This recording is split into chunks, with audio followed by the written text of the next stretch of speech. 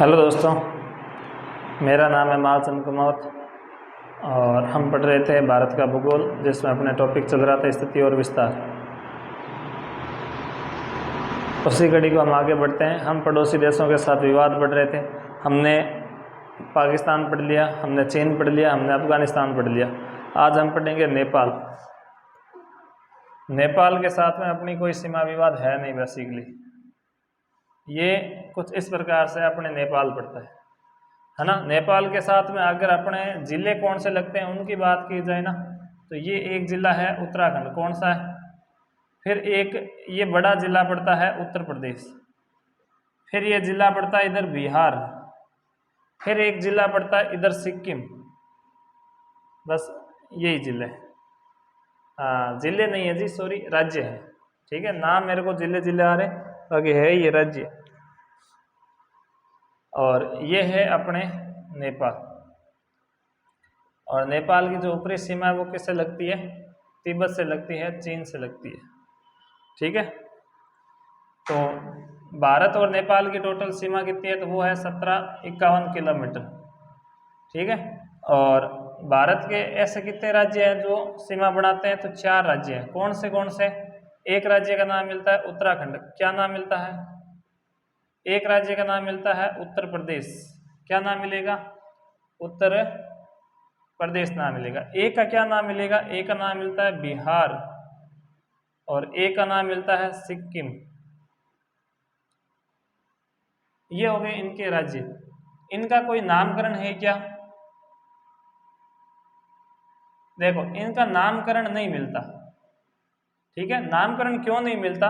क्योंकि जब अंग्रेजों के अधीन अपना हिंदुस्तान था तो अंग्रेजों ने कह रखा था, एक समझौता बिठाया था कि जो भारत है वो 2 नदियों के बीच में नेपाल के लिए जगह छोड़ेगा। एक नदी का नाम तो काली नदी था और एक नदी का नाम पड़ता है इधर से तीस्ता नदी। कौन सी नदी थी? तीस्ता।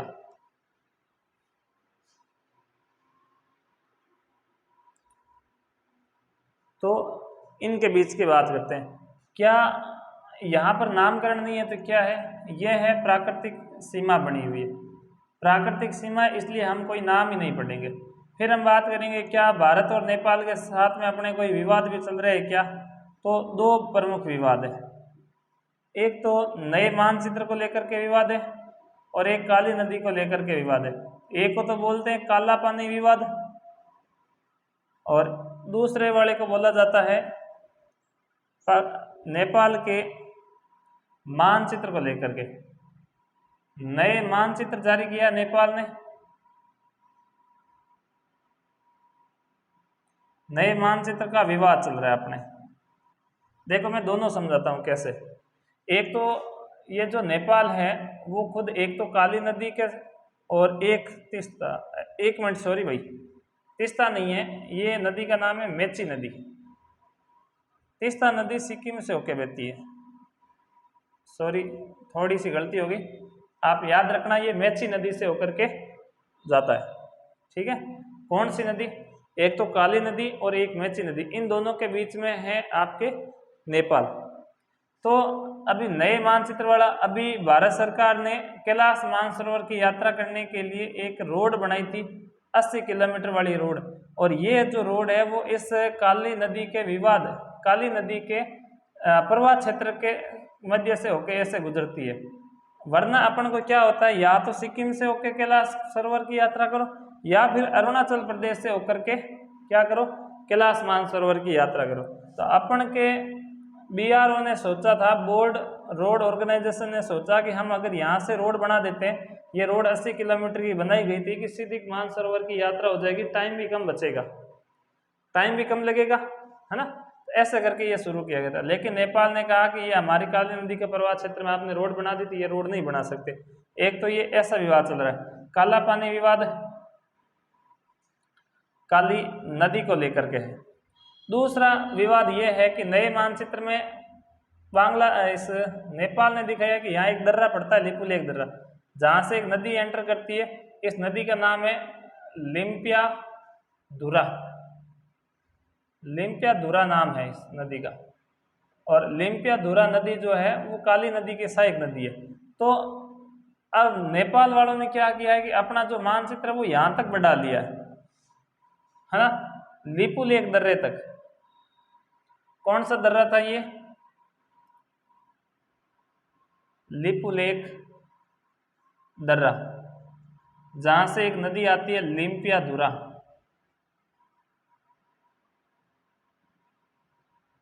लिम्पिया,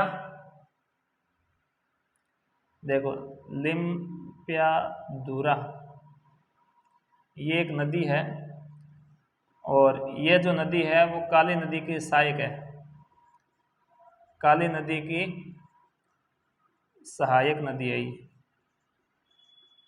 इसलिए ये विवाद चलता रहता है। ठीक है, और काली नदी को ही क्या बोलते हैं? इस काली नदी का एक और नाम मिलता है, इसी को बोलते हैं शारदा नदी। ये दो अपने नेपाल के साथ में विवाद चलते हैं। तो नोट डाउन कीजिए, आगे बढ़ते हैं। भूटान, यहाँ कौन सा रहता है? भूटान रहता है।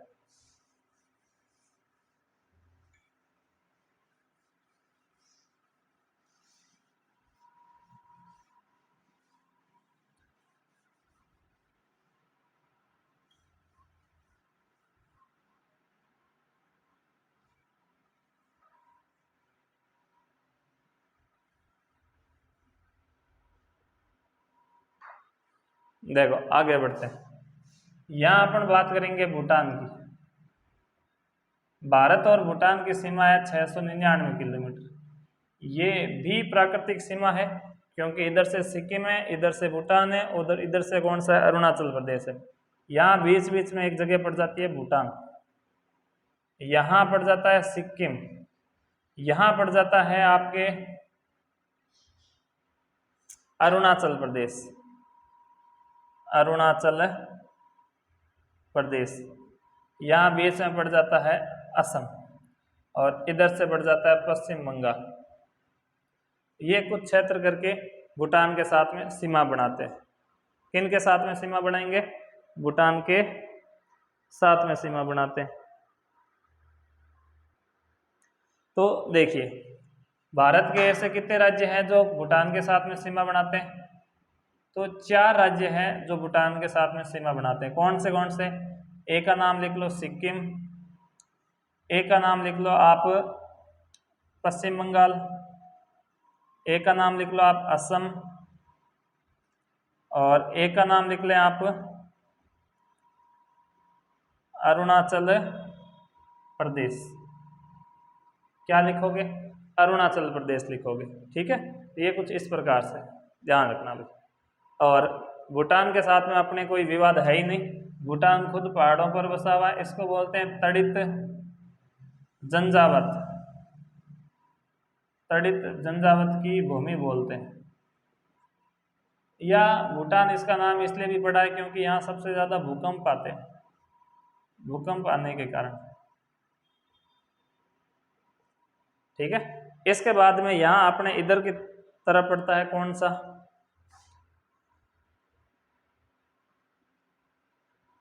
तो यहाँ इस वाले क्षेत्र में पड़ता है म्यांमार। म्यांमार में इधर अरुणाचल प्रदेश हो गया, फिर यहाँ रहता है नागालैंड, नागालैंड के बाद में रहता है इधर मणिपुर, मणिपुर के बाद में इधर रहता है मिजोरम। तो ये जो 4 स्टेट है वो म्यांमार के साथ सीमा बनाते हैं। और म्यांमार के साथ सीमा बनाने के लिए यहाँ पूर्वोत्तर हिमालय की एक प्राकृतिक सीमा आती है, एक पर्वत श्रृंखला आती है जिसको बोलते हैं अराकान योमा पर्वत श्रृंखला। उनकी बात करते हैं।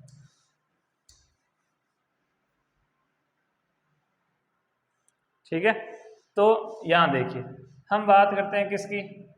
भारत व भूटान की नहीं, भारत व म्यांमार की सीमा बात करते हैं। आप जानते हैं भारत और म्यांमार की सीमा कितनी थी? 1943 किलोमीटर। अगर देखो क्या इसका कोई नामकरण मिलता है क्या? तो नहीं जी, इसका कोई नामकरण नहीं मिलता। ये भी प्राकृतिक सीमा है। तो ये इसका प्राकृतिक सीमा कौन बनाता है? ये जो सीमा है ये प्राकृतिक सीमा है। प्राकृतिक सीमा आपने पढ़ा होगा कभी, पूर्वोत्तर हिमालय। तो पूर्वोत्तर हिमालय के अंदर एक पर्वत श्रृंखला चलती है जिनको बोलते हैं अराकान योमा पर्वत श्रृंखला। किसको? अराकान योमा पर्वत श्रृंखला, ये नाम मिलता है।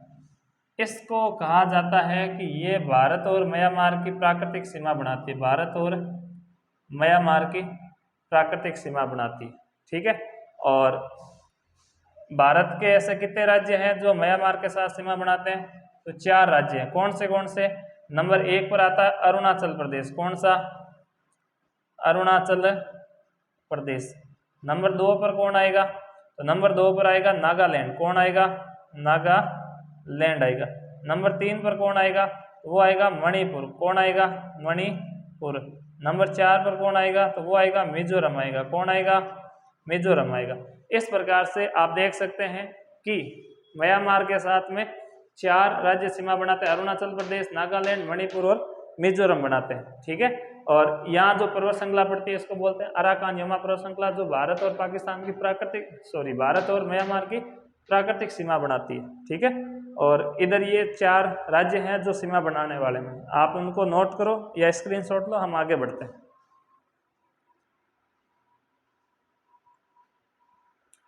चलिए दोस्तों आगे बढ़ते हैं।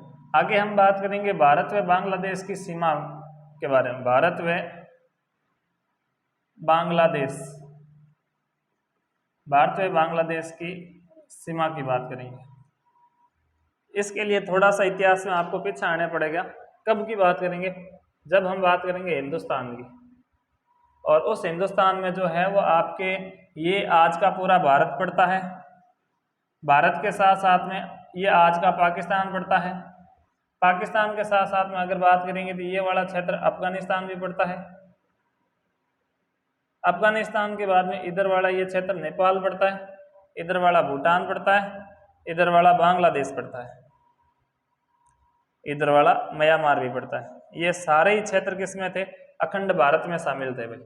और हिंदुस्तान के 1947 के अंदर अपन ने बड़े बड़े 2 टुकड़े कर दिए थे, भारत और पाकिस्तान। तो वोटिंग हुई थी तो 562 रियासतों ने तो भारत में साइन किए थे, लेकिन यहाँ खूब सारी रियासतों के बीच में संशय था।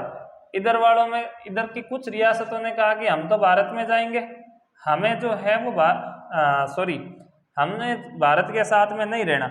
मुस्लिम आबादी है तो हम कहेंगे हम अपना एक पाक देश बनाएंगे, पवित्र देश बनाएंगे। और इधर भी मुस्लिम रियासतें थी तो उन्होंने भी कहा कि हम भी किस में जाएंगे? पाकिस्तान में जाएंगे। मुस्लिम धर्म में एक कंट्रोवर्सी ये भी बढ़िया मान सकते हैं कि मुस्लिम को चाहता है ना, इस कारण से वो एक दूसरे में शामिल होना चाहते हैं। तो इधर वाले में पाकिस्तान बनाने में दिक्कत नहीं हुई, इधर वाले में भी दिक्कत नहीं हुई। इधर वालों ने सारों ने पाकिस्तान में जाने का फैसला किया, इधर वालों ने सारों में पाकिस्तान में जाने का फैसला किया। एक यहाँ जूनागढ़ बचा, एक यहाँ हैदराबाद बचा और एक यहाँ कौन बचा? कश्मीर बचा। और ये रियासतें स्वतंत्र थी, ये समय के साथ साथ ये दोनों मिल गई थी। ये अभी विवादित है, चल रही है, कभी ना कभी मिल जाएगी, चाहे किधर ही मिले, चाहे इधर मिले चाहे इधर मिले। हम तो कोशिश करेंगे अपने यहाँ ही मिले, क्योंकि ये अपने जो भारत का है ना वो एक प्रकार से मुकुट के जैसे दिखता है, सिर के जैसे दिखता है ना। तो ये मुकुट की छवि जो है, भारत की छवि यही बनाता है। अगर यहाँ से ये हटा दे, यहाँ से ये हटा दे, तो फिर भारत नहीं रहेगा, सही देखे तो, है ना। तो ये अपने पास में होना चाहिए। लेकिन हम बात करते हैं कि जब पाकिस्तान बन गए थे तो पाकिस्तान को वास्तव में पता नहीं चला था कि हम कौन से पाकिस्तान में। तो इधर वालों ने कहा हम पश्चिम दिशा में तो हम पश्चिम पाकिस्तान है, आप पूर्वी दिशा में हैं तो आप पूर्वी पाकिस्तान है, ठीक है। इस प्रकार से इन दोनों के बीच में सिस्टम ठीक चल रहा है। सारा ये क्षेत्र बड़ा हो जाने के कारण सारे प्रशासन कानून यहीं से बन के आता, और अगर कानून बना है तो यहाँ पर लागू कर दिया जाता कि भाई ये कानून बना है या ये नियम बना है और आपको ये अपनाना चाहिए। तो शुरुआत में दिक्कत नहीं हुई, आराम से अपनाए गए सारे कानून, इधर सारे कानून बनते गए, इधर सारे कानून लागू होते गए। दिक्कत यहाँ हो गई कि अब इन वालों में कुछ कानून ऐसे बनने लगे जो इन वालों को पसंद नहीं आ रहे थे। इनका कारण भी ये हो सकता है कि इधर वाले जो देश है मुस्लिम भले ही हो, लेकिन इनकी भी खुद का एक कल्चर है। इनके खुद के कल्चर में देखो एक भाषा है बांग्ला, वो बोली जाती है। इसके अलावा यहाँ का जो सांस्कृतिक है, संस्कृति बोल दो या कला संस्कृति बोल दो, ये इनकी काफ़ी अलग है। इनका इतिहास काफ़ी इनसे अलग है, और इनका जो प्रशासन है वो अलग नहीं है। प्रशासन हमेशा कानून इस वाले राज्यों को दे के बनाता और इन वालों पर थोप दिया जाता। ये मानने के लिए मजबूर होते थे कि ये मानना ही पड़ेगा। तो धीरे धीरे इस वाले ने समस्या क्रिएट करनी शुरू की। इन्होंने कहा कि हम जो है वो मुस्लिम है और मुस्लिम उर्दू भाषा बोलते हैं, तो आप लोगों को भी उर्दू भाषा बोलनी चाहिए, आप अपनी बंगाली भाषा छोड़ दें। इनको दिक्कत हुई कि नहीं छोड़ेंगे, है ना। इन्होंने कहा कि आपके जो है उधर बोलो, हमें कोई दिक्कत नहीं है, हमें हमारी बांग्लादेश जो भाषा है बांग्ला से बहुत प्रेम है और हम अपनी भाषा को नहीं छोड़ेंगे। धीरे धीरे और कंट्रोवर्सी बढ़ी। इन्होंने जो है उर्दू को राष्ट्रीय भाषा घोषित कर दिया। भाई साहब राष्ट्रीय भाषा घोषित किया तो इधर वालों को कहा कि अब तो ये देखो ये राष्ट्रीय भाषा घोषित हो चुकी है, अब आपको मानना पड़ेगा, अब आप ना नकोरा नहीं कर सकते, है ना। एक राष्ट्र की भाषा को आप अपनाने से मना करें, इससे बड़ा पाप तो कोई हो ही नहीं सकता। तो 2-4 दिन तो दिखाए, लेकिन अंततः लगा कि अब पार नहीं पड़ेगी। तो इधर से एक व्यक्ति खड़े हुए और उनका नाम था शेख मुजीबो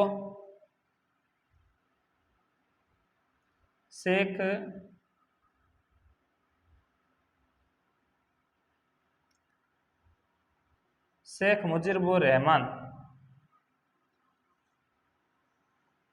इन्होंने यहाँ पर आंदोलन कर दिया था कि भाई हम इस प्रकार के कल्चर को नहीं अपनाएंगे, हम पर जबरदस्ती क्यों थोपा जा रहा है, कम से कम कोई कानून बने तो हमसे पूछना तो चाहिए कि हम लागू करवाएंगे कि नहीं लागू करवाएंगे। तो ये यहाँ पर बहुत बड़ी समस्या थी। ये एक लीडर के रूप में विकसित हुए, एक नेता के रूप में विकसित हुए। तो फिर इन्होंने कह दिया कि यहाँ पर कानून वही बनाते हैं जो राष्ट्रपति होते हैं। इधर चुनाव हुआ करते, चुनाव इधर होते हैं तो कोई दिक्कत नहीं थी। इनको कहा कि अगर आपको इतना दिक्कत है, अगर आपको नेता बनने का शौक है तो आप फार्म भरो और वोट लड़ो, अगर वोट में जीत जाते हो तब आपकी पंचायती सुनी जाएगी, वरना आपकी पंचायती नहीं सुनी जाएगी। तो इन्होंने यहाँ की जनता से बात की कि देखो भाई, उन्होंने तो साफ साफ मना कर दिया कि कोई बात नहीं सुनी जाएगी आपकी। एक ही तरीका बचता है कि अगर मैं प्रधानमंत्री बनूं, है ना, अगर मैं प्रधानमंत्री बनता हूं तो हमारी थोड़ी बहुत बातें मान ली जाए तो मान ली जाए, वरना ये बातें मानने वालों में नहीं है। तो इन्होंने कहा कि हम एक काम करते हैं, आप चुनाव में फार्म भरो और हम सारी की सारी जनता इधर वाली आपको वोट दे देंगे। इधर कोई 3-4 एक जने खड़े हुए थे, इधर ये अकेला ही खड़ा हुआ था, तो इधर वाली सारी जनता ने इससे शेख मुजीबुर रहमान को वोट दिए। इतने वोट हो गए कि इधर वालों के कम पड़ गए, ये भाई साहब बहुमत से पीएम बन गए। बहुमत से क्या बन गए, ये पीएम बन गए। और पीएम बन गए तो ये शपथ ग्रहण समारोह में गए इधर भाग लेने के लिए। इधर के कोई आर्मी जनरल नाम मिलता है, जनरल याह्या खान, उन्होंने एक समस्या क्रिएट कर दी। उन्होंने कहा कि कोई भी पूर्वी पाकिस्तान का कोई आदमी इधर पूरे संपूर्ण पाकिस्तान का क्या नहीं बन सकता, राष्ट्रपति नहीं बनेगा। तो शेख मुजीबुर रहमान ने कहा यह बात क्या होगी, मैं तो जीत जीता के आया हूँ, मेरे पास में एक ही उम्मीद है, आप उस पर ही पानी फेरे हो। तो कहा कि जो आर्मी ने कह दिया वो आपको मानना पड़ेगा। तो शेख मुजीबुर रहमान ने कहा चलो कोई बात नहीं, आपकी बात मान भी ली जाती है, लेकिन आप मेरे को ये तो बताओ कि इधर वाली संस्कृति का क्या होगा, कल्चर का क्या होगा। आप हमें एक काम करो, आप इधर वालों को डोमिनियन स्टेट घोषित कर दो,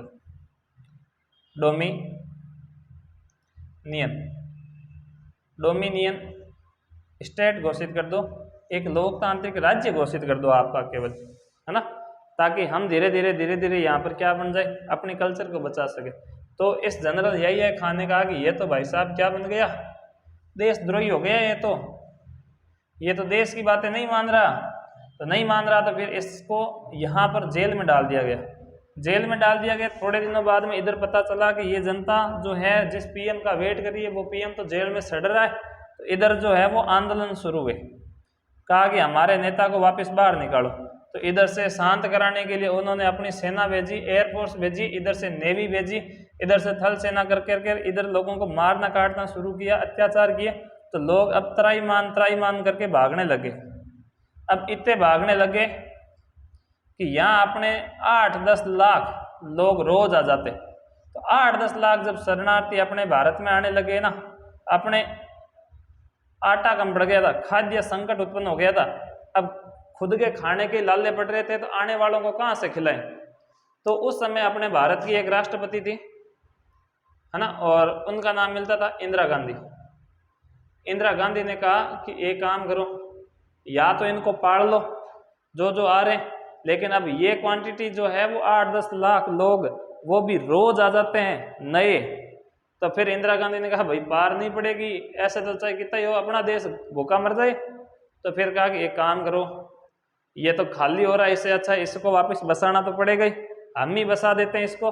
तो फिर कहा कि इस वाले से इस वाले को तोड़ दो और इसको एक अपना देश अलग ही बनाने दो। तो हमने इनकी सहायता की, हमने पाकिस्तान के साथ में 1971 में युद्ध किया और इस पूर्वी पाकिस्तान को आज़ाद करके और क्या बना दिया, बांग्लादेश घोषित कर दिया था। क्या घोषित किया, बांग्लादेश घोषित किया था। तो यही धीरे धीरे धीरे धीरे आगे जाके बांग्लादेश के रूप में तब्दील हुआ था। ठीक है, तो ये आपके बांग्लादेश का इतिहास था थोड़ा बहुत।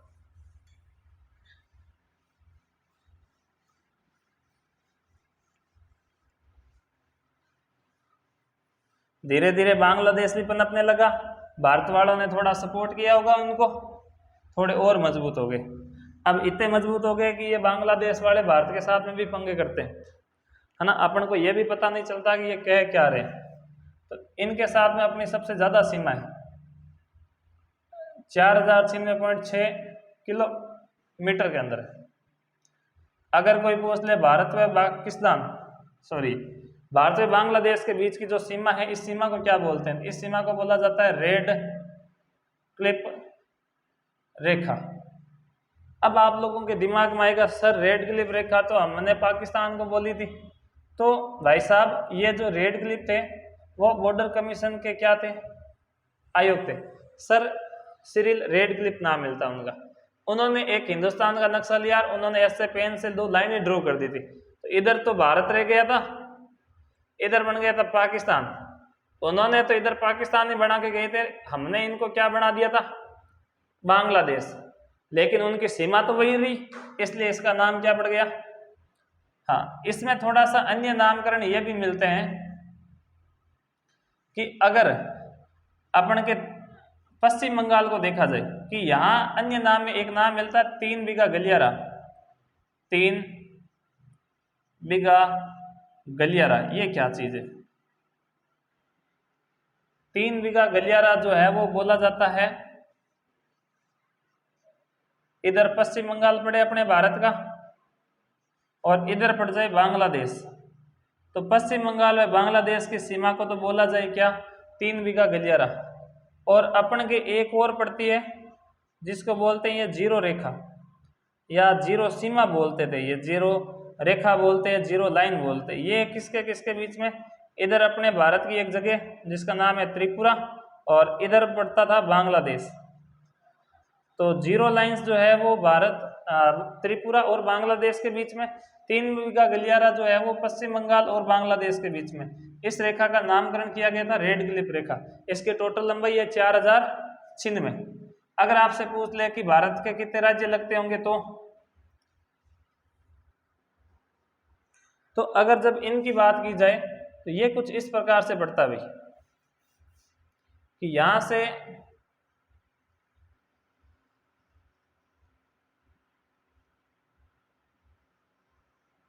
ये अपने के लिए बांग्लादेश है, बांग्लादेश। इधर ध्यान देना कि ये वाली जगह किसकी पड़ती है, देखो इधर अपने एक स्टेट पड़ता है जिसको बोलते हैं वेस्ट बंगाल, पश्चिम बंगाल बोलते हैं, है ना। इधर एक जगह पड़ती है असम, इधर पड़ता है मेघालय, इधर वापिस पड़ता है असम, इधर पड़ता है त्रिपुरा, इधर पड़ता है मिजोरम। ठीक है, तो ये ऐसे करके यहाँ पर कितने राज्य लग रहे हैं आप देख लो कि असम की जो सीमा है वो 2 बार लगती है। कितनी बार लगती है, 2 बार लगती है। ठीक है, तो हम अगर इनको लिखना चाहे तो कैसे क्या लिखेंगे कि भारत के ऐसे कितने राज्य हैं जो यहाँ पर सीमा बनाते हैं भाई। एक काम करो आप इनको नोट डाउन करो, हम आगे बढ़ते हैं।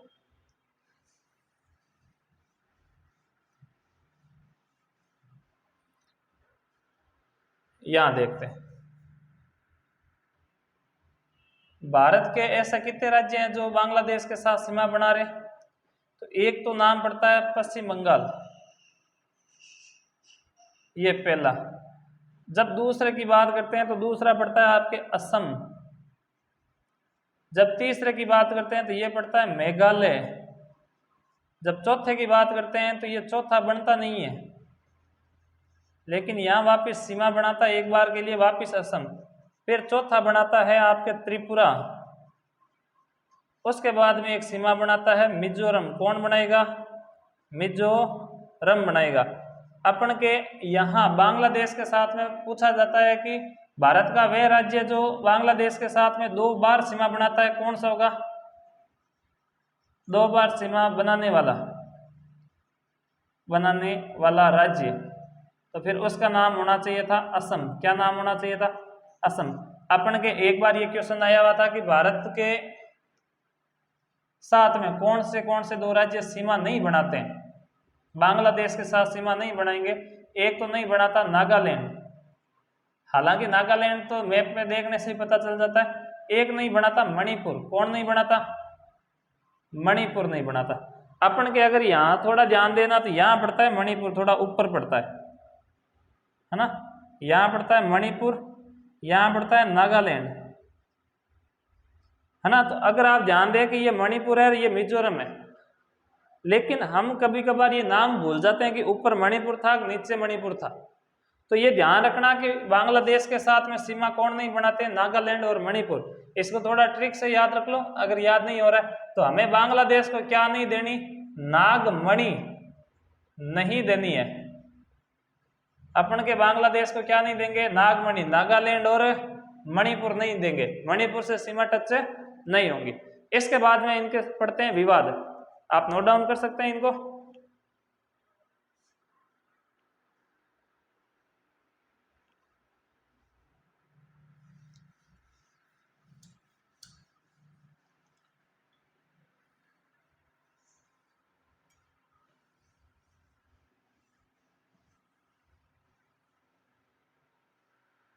देखो, भारत व बांग्लादेश के बीच विवाद क्या क्या है उनकी चर्चा करते हैं। तो विवाद में नंबर 1 आता है सबसे बड़ा, तो जमीन की अदला बदली। जमीन की अदला बदली कैसे? जब अगर अपन अपने मैप को इस प्रकार से देखते हैं तो ये कुछ इस प्रकार से पड़ता है भाई, है ना।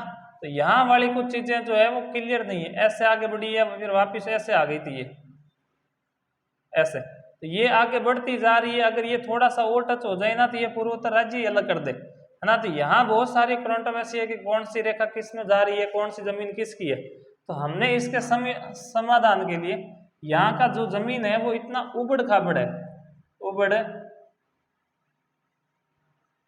उबड़ खाबड़ है कि देखने से पता नहीं चलता कि ये जमीन जो है वो बांग्लादेश की है या भारत की है। जब इतना ही देख के पता नहीं चलता तो ये समस्या तो अपने आप में होनी है। इस उबड़ खाबड़ समाधान को सही किया गया और इसका समाधान किया गया था भारत में 100वां संविधान संशोधन। 100वां संविधान संशोधन किया गया था और ये 100वां संविधान हुआ था 2015 के अंदर। जब कभी हम अपनी सीमा के अंदर बदली करते हैं, अदला बदली करते हैं, तो हमें संशोधन के अंदर करना पड़ता है, संविधान में संशोधन करना पड़ता है। दूसरा एक है चकमा शरणार्थी। चकमा शरणार्थी ये क्या चीज है भाई? शरणार्थी तो समझ में आ जाए, ये चकमा क्या होता है? ये चकमा वही है जो आप समझ रहे हो, किसी को चकमा दे के निकल जाना, है ना। तो यहाँ के जो बांग्लादेशी लोग हैं भूख मरते हैं ना, तो यहाँ 4-6 महीने के लिए यहाँ मुसाफरी करने के लिए आ जाते हैं, भारत में घुस जाते हैं, अपने बीवी बच्चों को भी साथ में लेके आते हैं। सबसे ज्यादा ये असम में घुस जाते हैं। किधर? असम में। और ये जब से भारत बांग्लादेश आजाद हुआ है, कब आजाद हुआ था? 1971 के अंदर। वहां से लेकर के अब तक ये जो है वो धीरे धीरे सब जगह ये क्या करते हैं, चकमा दे करके इनके शरणार्थी अंदर आते ही रहते हैं।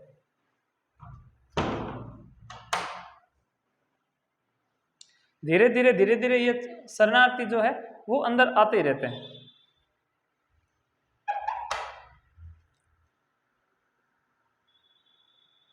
आगे बढ़ते हैं। देखो, तो ये शरणार्थी क्या करते हैं, यहाँ पर कोई 4-6 महीने के लिए मजदूरी करने के लिए आते हैं, लेकिन इन्होंने देखा कि अपने जब घर रहते हैं तो ये 2,000 रुपये महीना कमाते हैं, यहाँ ये कमाते हैं 20,000 रुपये महीना, तो इनको लगा यार मजदूरी 10 गुना है तो फिर वापस क्यों ही जाना, ऐसा करके ये अपने यहीं रह जाते हैं, जाते ही नहीं है वापस। और फिर ये सरकार को चकमा देते हैं, वहाँ के लोकल डॉक्यूमेंट बना लेते हैं, है ना। अब सरकार जैसा एक प्रकार से मान के चलो, कोई खेत वेत देखा, इन्फेक्शन किया कि यहाँ अगले साल फैक्ट्री लगाएंगे या स्कूल बनाएंगे या हॉस्पिटल बनाएंगे, उन्होंने सारे कागजी काम रेडी किए थे, सरकार से परमिशन ली, और अगले साल बनाने के लिए जैसे ही वहाँ पर ये मशीनरी लेकर के आते हैं कि भाई अब काम शुरू करेंगे, तो वहाँ देखते हैं खूब सारी झोंपड़पट्टी लगी हुई है। जब उनसे पूछा गया कि भाई आप यहाँ कैसे, किसने आपको बिठाया, कितने दिन हो गए आपको, यहाँ अवैध कब्जा क्यों है, तो वो बाकायदा राशन कार्ड लेके आते हैं, सर देखो हम 20 साल से यही हैं। और फिर उनके अवैध कागज को मानना पड़ता है, सरकार के पास में और कोई हो ही नहीं, जब जनता खूब सारी हो ना तो सरकार को भी दबना पड़ता है। तो फिर सरकार ने कहा ऐसे चकमा शरणार्थी तो हर बार आते रहेंगे। ये 1971 से अपने अब तक ये चकमा शरणार्थी आते ही रहते हैं। तो भारत ने कहा कि यार ऐसे तो ये विदेशी नागरिक भी अपने क्या कर लेंगे, फायदा उठा लेंगे। तो भारत ने एक नियम लागू किया जिसको बोलते हैं नेशनल रजिस्टर ऑफ सिटीजन, कि जो भारत का नागरिक है वही क्या करेंगे, नागरिकता मांगेंगे। इससे फायदा ये होगा कि ये जो भारतीय सुविधा है, भारतीय जो सुविधा मिलती है, राशन पानी कोटा कणक ये जो मिलती है, इसको केवल और केवल भारत का नागरिक ही ले सकता है, भारतीय नागरिक लेना चाहिए। अगर विदेशी इनका उपभोग करने लगे तो फिर मतलब क्या रहेगा। तो विदेशियों को हटाने के लिए और भारतीय नागरिकों को लाभ पहुंचाने के लिए ये एनआरसी लागू की गई थी। ये 2019-20 के अंदर लागू की गई थी और सबसे पहले इसको अपनाने वाला राज्य बना था असम। कौन बना था कि एनआरसी लागू करने वाला सबसे पहला राज्य कौन सा था, असम था भाई। कौन सा, असम। तो इस प्रकार से ये आपके दो क्या थे, बड़े विवाद थे। इसके बाद में अपन पढ़ते हैं जल विवाद। बांग्लादेश के साथ में अपने जल विवाद भी खूब सारे, नोट डाउन कर लिया होगा आपने, वीडियो को पॉज करके कर देना भाई।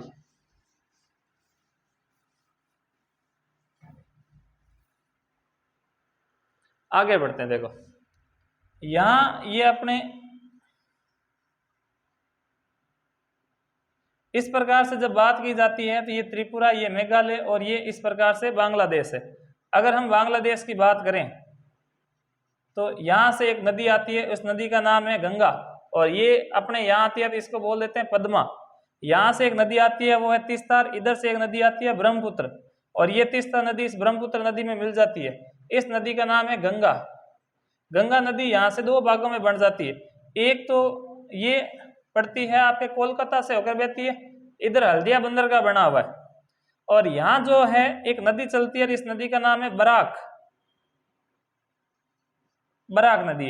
इधर इस नदी का नाम है ब्रह्मपुत्र, इधर इस नदी का नाम है तीस्ता, है ना। तो भारत वालों ने क्या किया, यहाँ एक बांध बना रखा है ताकि यहाँ अपना कोलकाता जो बंदरगाह है वो कभी बंद ना हो। कोलकाता बंदरगाह पर क्या होता है, सबसे ज्यादा आवक होती है, तो अपने यहाँ पर जहाजी बेड़े एकदम कलकत्ता के अंदर तक आ जाते हैं, कलकत्ता शहर तक आ जाते हैं, है ना। तो हम ये कहते हैं कि अपन के यहाँ एक, जब यहाँ पर देखा गया कि गर्मियों के अंदर इस वाले में पानी की आवक कम हो जाती है, तो अपन वालों ने एक यहाँ पर बांध बनाया, और इस बांध का नाम रखा था अपन ने फरक्का। क्या नाम रखा, फरक्का बैराज बनाया, और हमने सारा का सारा पानी इसमें ट्रांसफर कर दिया, और इस नदी का नाम है हुगली। क्या नाम है, हुगली नाम है, ठीक है। और हुगली नदी के सारे ये सारा पानी अंदर जाने लग गया। इधर गर्मियों में पानी मिले ही नहीं, और जब अपन को जरूरत नहीं होती, सर्दियों में तो जरूरत नहीं होती, गर्मियों में पानी कम पड़ता है, तब अपन ये गेट खोल के इधर भेज देते हैं सारा का सारा। तो अपन को यहाँ देखना पड़ा कि ये जो है वो सर्दियों में तो अपन को नहीं आवश्यकता, बांग्लादेश को खूब दिया। जब ये 30 से मर रहा था, जब इसको पानी की आवश्यकता थी, तब अपन ने इसको पानी नहीं दिया, और जब इसको खुद को प्यास नहीं थी तब इसको हमने खूब दिया। तो बांग्लादेश वाले अपने सामने रो पड़े, और रो इसलिए पड़े कि जब हम 30 से मर रहे थे तो आप हमें प्यास से मारते हो, और जब हमें प्यास नहीं होती तब आप हमें डुबा के मारते हो। तो ऐसे कोई बात थोड़ी बनती है ना। ये एक प्रकार से बड़ा विवाद था इनके बीच में। एक यहाँ पड़ता है तीस्ता नदी पर, ये सेम टू सेम है, एक यहाँ पड़ जाता है, जो इसको बोलते हैं तिपाई मुख बांध। कौन सा बांध बोलते हैं? तिपाई मुख बांध बोलते हैं। और एक यहाँ पड़ता है, इसको तीस्ता बांध ही बोलते हैं। ठीक है, तो यहाँ नंबर 3 है आपके भारत व बांग्लादेश के साथ जल विवाद। भारत व बांग्लादेश के साथ जल विवाद, और जल विवाद में प्रमुख तो ये 3 नाम आएंगे। कौन से? एक नाम आता है फरक्का बांध। फरक्का बांध, ये फरक्का बांध किस नदी पर पड़ता है? गंगा नदी पर। किस राज्य में पड़ता है? पश्चिम बंगाल में पड़ता है। ठीक है, ये पड़ता है गंगा नदी में, गंगा नदी पर बना हुआ है, और ये बना हुआ है पश्चिम बंगाल में, और ये बांग्लादेश के साथ प्रमुख विवाद का कारण था। फिर इसके सोल आउट के लिए 1995 में अपने एक प्रधानमंत्री थे पीवी नरसिम्हा राव, पीवी नरसिम्हा राव, और उधर से थी एक बांग्लादेश की शेख हसीना, शेख हसीना नाम मिलता है। इन दोनों प्रधानमंत्रियों के बीच में एक समझौता हुआ था कि गंगा नदी के पानी को हम क्या करेंगे, भारत और बांग्लादेश जो है वो क्या कर लेगा, इधर भारत और इधर बांग्लादेश, ये आपस में इस पानी को आधा आधा बांटेंगे। ऐसा नहीं रख सकते कि केवल भारत भारत ही काम लेगा, है ना। इसलिए एक समझौता किया, अपन को भी लगा कि पड़ोसियों को इतना भी परेशान नहीं करना चाहिए, तो हमने इस कॉन्ट्रैक्ट पर साइन कर दिया था। ठीक है, ये 1995 में हुआ था, और इसको क्या कौन सा बांध बोलते हैं? फरक्का बांध बोलते हैं, है ना। दूसरे 2 बांधों के नाम है, एक तो तीस्ता बांध, और एक कौन से बांध थे?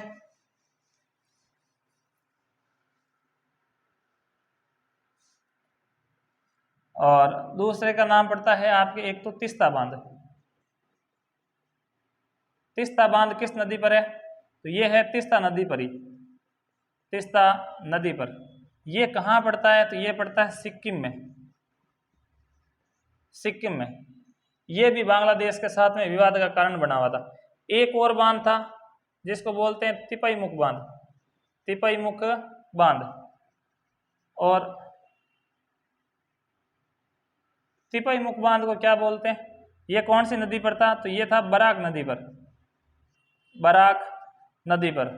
और ये किस में था? मणिपुर में, मणिपुर में था। इस प्रकार से ये अपने बांग्लादेश के साथ में प्रमुख 3 विवाद के कारण बने हुए थे।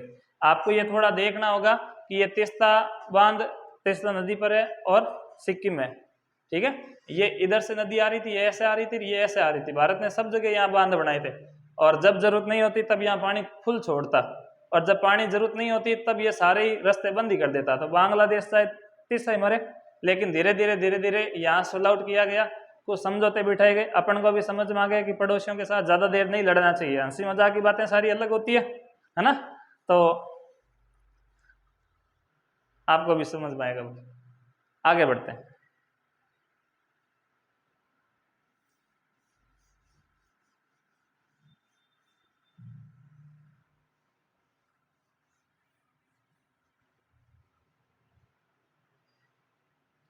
इसके बाद में नंबर 4 पड़ता है एक न्यूमूर द्वीप है। कौन सा? एक न्यूमूर द्वीप है। ये जो द्वीप है, इधर से एक बड़ी सी नदी आती है, उस नदी का नाम है गंगा। इधर से एक बड़ी नदी आती है, उस नदी का नाम है ब्रह्मपुत्र। हाँ, ब्रह्मपुत्र, ब्रह्मपुत्र। जब ये नदियां मिल जाती है तो इस नदी का नाम पड़ जाता है मेघना। और मेघना जो है वो पश्चिम बांग्लादेश में जाकर के सबसे बड़ा डेल्टा बनाती है, जिसका नाम क्या था? सुंदरवन डेल्टा। ठीक है, सुंदरवन डेल्टा विश्व का सबसे बड़ा डेल्टा है। ये बांग्लादेश में पड़ता है, और ये अपने साथ में गाद मिट्टी अवसाद लेके आता रहता है। तो ये अपने सामने गाद मिट्टी अवसाद को छोड़ने के कारण यहाँ एक बहुत बड़ा द्वीप बन गया था, और ये इतना बड़ा द्वीप बन गया था कि ये भारत की सीमा के नीचे आ गया था। तो भारत वालों ने एक बार के लिए इस पर कब्जा कर लिया था। फिर बांग्लादेश ने मिन्नतें की अपन से, और कहा कि जब इस प्रकार के समझौते रखोगे तो कोई पड़ोसी राज्य कैसे रहेगा। तो अपन ने कहा कि एक काम करना, आप हमें हेमनटोटा द्वीप दे देना, सॉरी आप हमें कोलंबो है, नाम ही नहीं आ रहा, देखो सुनो, बांग्लादेश है ना, तो बांग्लादेश वालों से अपन ने, भारत वालों ने बात की कि हम आपको न्यूमोर द्वीप दे देंगे, आप हमें हेमनटोटा द्वीप दे देना, वैसे नहीं दो तो किराए पर ही दे देना, कम से कम हम अपने स्ट्रिंग ऑफ पायरल से तो पीछा छुड़ा लें। ऐसे करके जो है ये न्यूमोर द्वीप, ये सुंदरवन डेल्टा, सुंदरवन डेल्टा के कारण विकसित हुआ था।